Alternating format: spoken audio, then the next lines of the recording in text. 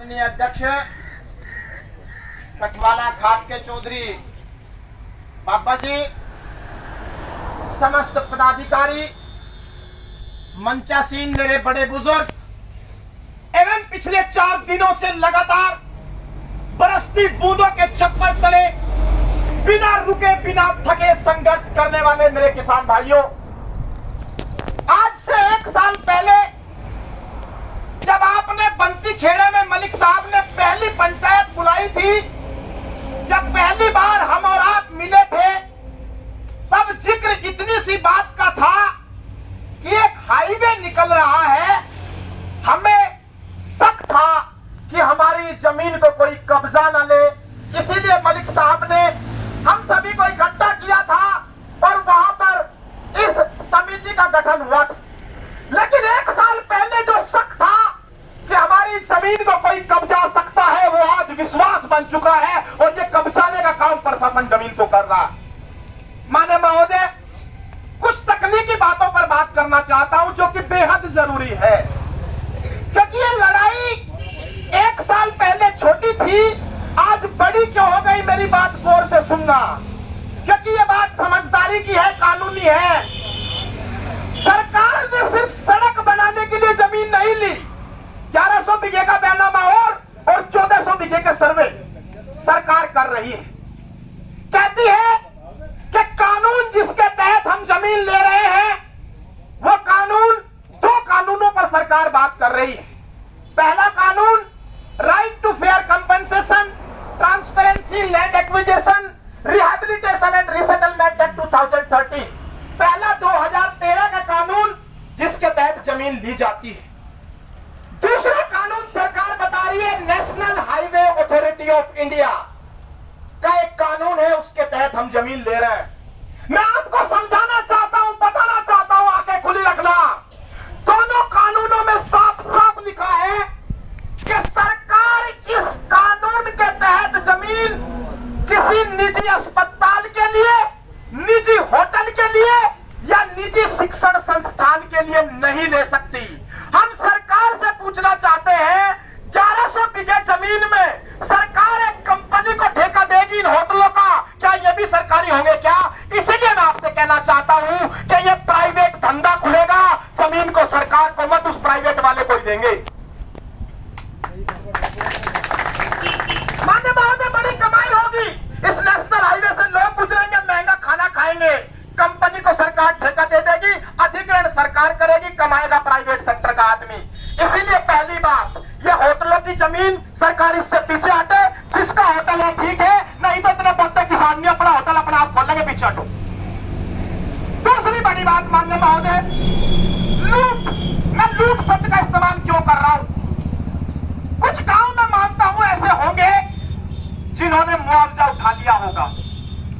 एक छोटी सी कमी हम किसानों में है, और कमी ये एक हल्ला मचा कि हाईवे में जमीन जा रही है, आपकी और मेरे अंदर बेचैनी हो गई। फाइल लगाओ पैसे उठाओ, फाइल लगाओ पैसे उठाओ। शर्म आनी चाहिए हमको। हमने मिल वाले के पास अपना पैसा छोड़ रखा है और जमीन का पैसा जल्दी उठाने जा रहे हैं, ये शर्म की बात। जमीन का पैसा लेने में जल्दबाजी दिखा रहे हैं, ये शर्मनाक विजय है किसानों के लिए। लेकिन चलिए, फिर भी दुख के साथ कहना पड़ रहा है कि कुछ किसानों ने पैसा उठाया होगा। मेरा लाख गांव है जी, उस लाख गांव में अवार्ड बना और उस अवार्ड में जमीन का पैसा तो बहुत दूर की कौड़ी है, जमीन के सही मालिक का भी नाम नहीं, पैसे की तो बात दूर की। कानून कहता है कि जब अवार्ड बन जाएगा तो 12% का ब्याज अवार्ड बनने के साथ ही रुक जाएगा। मैं सरकार से पूछना चाहता हूं, अगर गलत अवार्ड बना के ही ब्याज रोकना था तो छाती ठोक के हमारे सामने आगे कहते कि नहीं देते ब्याज, तब हम देख लेते। कानूनी प्रक्रियाओं में मत उलझाइए। जिस अवार्ड में मालिक का नाम ही ना हो, सब कुछ गलत हो, उसका बहाना लेकर के किसानों का ब्याज क्यों रोक रहे हो? 583 दिनों का ब्याज दिया, मई में रोक दिया, उस अवार्ड का बहाना बना के जो अवार्ड है ही गलत। इसलिए सरकार से हम एक बात कहना चाहते हैं, ये सारे अवार्ड कैंसिल करो। ना तो इनमें ठीक रेट, ना इनमें ठीक नाम, ना इनमें ठीक जगह और ना इनमें ठीक कानून। इन किसानों को जब तक समझौता नहीं होगा तब तक का ब्याज देना पड़ेगा। ये तय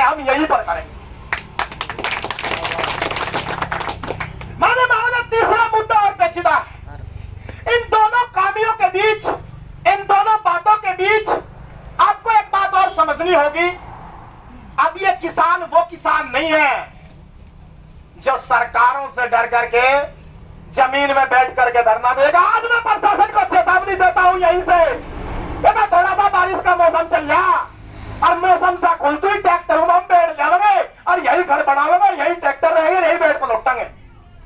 इतना कमजोर किसान नहीं है। कौन लोग थे जो कहते थे दिल्ली के बॉर्डर पर किसान एसी में सो रहा है?